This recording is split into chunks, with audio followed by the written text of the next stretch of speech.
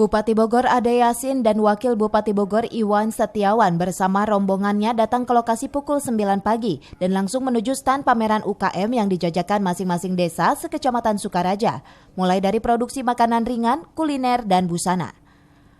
Acara rapat Minggon Bowling yang digagas Bupati Ade Yasin ini sangat meriah berbeda dengan tahun-tahun sebelumnya, karena dihadiri para kepala dinas, kepala UPT, kepala desa, ketua RT, RW, BPD, kader Posyandu, Linmas, dan para tamu undangan lainnya. Bupati Bogor Ade Yasin mengapresiasi kehadiran ribuan warga yang hadir dalam rapat Minggon Bowling tersebut, karena selain bisa langsung menerima keluhan, aspirasi masyarakat, dan kritik kinerja pemerintah, Bupati juga berjanji akan mengembangkan potensi-potensi desa yang ada untuk menuju kabupaten termaju.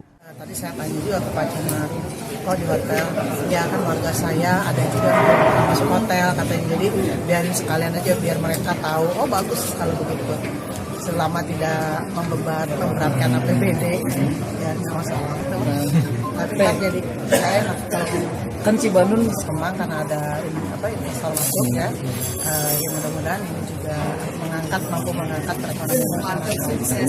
Dan Cibanun itu kan kecil, warganya juga sedikit. Dari Sukaraja, Kabupaten Bogor, Suhanda Abrizi melaporkan.